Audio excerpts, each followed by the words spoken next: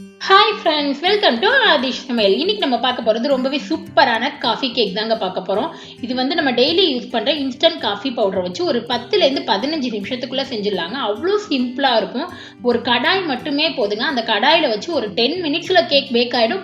5 to 10 மினிட்ஸில் நம்ம டெக்கரேஷனை முடிச்சு ரொம்பவே ஈஸியாக ஃபெஸ்டிவலை கொண்டாடிடலாம். இப்போ இந்த கேக் எப்படி செய்கிறதுன்னு பார்க்கலாம். ஃபர்ஸ்ட் கேக் ரெடி பண்ணுறதுக்கு லிக்யூட் பொருட்கள் எல்லாத்தையுமே ஒரு பவுலில் சேர்த்துக்கலாம். அதுக்கு இங்கே ஒரு பவுலில் 1 கப் அளவு பால் எடுத்திருக்கேன். இது வந்து காய்ச்சி ஆற வச்ச பால். நீங்கள் ரூம் டெம்பரேச்சரில் உள்ள பால் கூட எடுத்துக்கலாம். நான் இன்னைக்கு வெறும் முட்டை தயிர் சேர்க்காம பண்ண போகிறேன். நீங்கள் முட்டை தயிர் சேர்க்குறீங்கன்னா 1/2 கப்பு பால் 1/2 கப்பு தயிர் சேர்த்துக்கோங்க. அப்படி இல்லை அப்படின்னா 1/2 கப்பு பால் 2 முட்டை சேர்த்துக்கலாம். அப்படி இது ரெண்டுமே நீங்கள் சேர்க்கலன்னா 1 கப்பு பாலாக சேர்த்துக்கோங்க. அதுக்கு 1/4 கப் அளவு எண்ணெய், ரீஃபைண்ட் ஆயில் எடுத்துக்கோங்க. நீங்கள் பட்டர் கூட சேர்த்துக்கலாம். 1/2 கப் அளவு சர்க்கரை, 1 டேபிள் ஸ்பூன் அளவு இன்ஸ்டன்ட் காஃபி பவுடர். எந்த பிராண்ட் வேணாலும் நீங்கள் சேர்த்துக்கலாங்க. ஆனால் இன்ஸ்டன்ட் காஃபி பவுடராக சேர்த்துக்கோங்க. நீங்கள் ஒருவேளை வேறு ஃப்ளேவரில் செய்கிறீங்க அப்படின்னா என்ன ஃப்ளேவர் வேணுமோ அந்த எசன்ஸை வந்து நீங்கள் 1/2 டேபிள் ஸ்பூன் அளவு சேர்த்துக்கலாம். இப்போ இது எல்லாத்தையும் சேர்த்து விட்டு நல்லா ஒரு விஸ்க் வச்சு மிக்ஸ் பண்ணி விடுங்க. அந்த எண்ணெய், காஃபி பவுடர், சர்க்கரை, பால் எல்லாம் ஒன்று சேர்ந்து நல்லா மிக்ஸ் ஆகி வரணும். அந்த அளவு நல்லா பீட் பண்ணி எடுத்துக்கலாம்.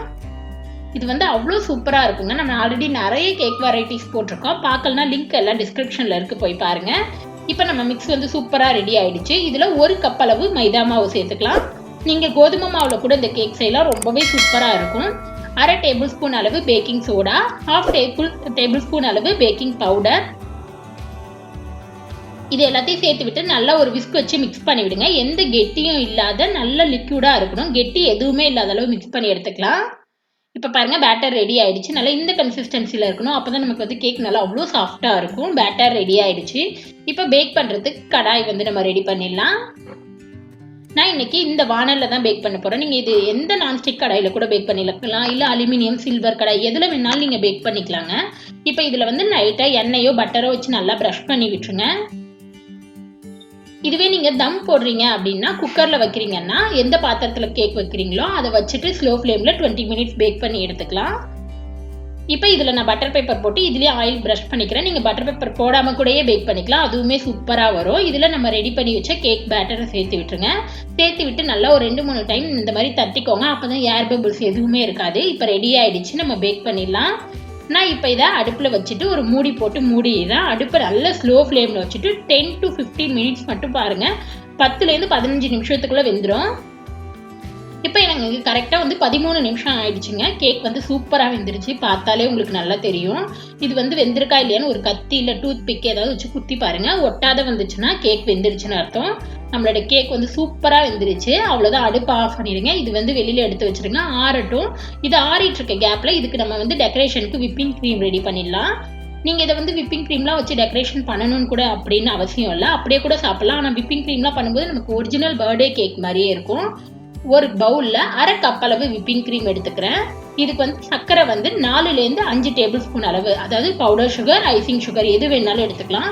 உங்களுக்கு ஸ்வீட்னஸ் கம்மியாக வேணுமோ அதிகமாக வேணுமோ அதுக்கு கூட குறைய நீங்கள் அட்ஜஸ்ட் பண்ணிக்கோங்க. இதோட ஒரு 1/2 ஸ்பூன் அளவு இன்ஸ்டன்ட் காஃபி பவுடர். இது எல்லாத்தையும் சேர்த்து விட்டு நல்லா பீட் பண்ணிக்கோங்க. இது வந்து நல்லா ஸ்டிஃப் பீக்காக வரணும், நல்லா க்ரீம் கன்சிஸ்டன்சிக்கு வரணும். அது வரையும் பீட் பண்ணி எடுத்துக்கலாம்.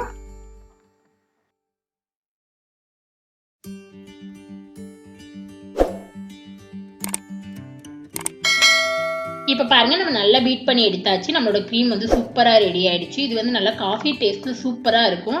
இதில் நீங்கள் வேறு ஏதாவது எசன்ஸ் கூட சேர்த்துக்கலாம். நம்ம வந்து காஃபி கேக்குன்றனால நான் காஃபி பவுடர் சேர்த்துருக்கேன். இப்போ இங்கே கேக் வந்து நல்லா ஆறிடுச்சு. இது வந்து டிமோல்ட் பண்ணிக்கலாம். நான் கீழே பட்டர் பேப்பர் வச்சுருக்கேன் அப்படின்றனால அதை ரிமூவ் பண்ண டிமோல்ட் பண்ணுறேன். அப்படி இல்லைனா நீங்கள் டைரெக்டாக கூட அப்ளை பண்ணிக்கலாம். இது ஈஸியாக ரிமூவ் ஆகிடும். இந்த மாதிரி தலைகீழாக ஒரு பிளேட்டில் வந்து கவுத்து எடுத்துக்கோங்க. இப்போ இதில் இருக்கிற பட்டர் பேப்பர் எல்லாத்தையுமே ரிமூவ் பண்ணிடலாம்.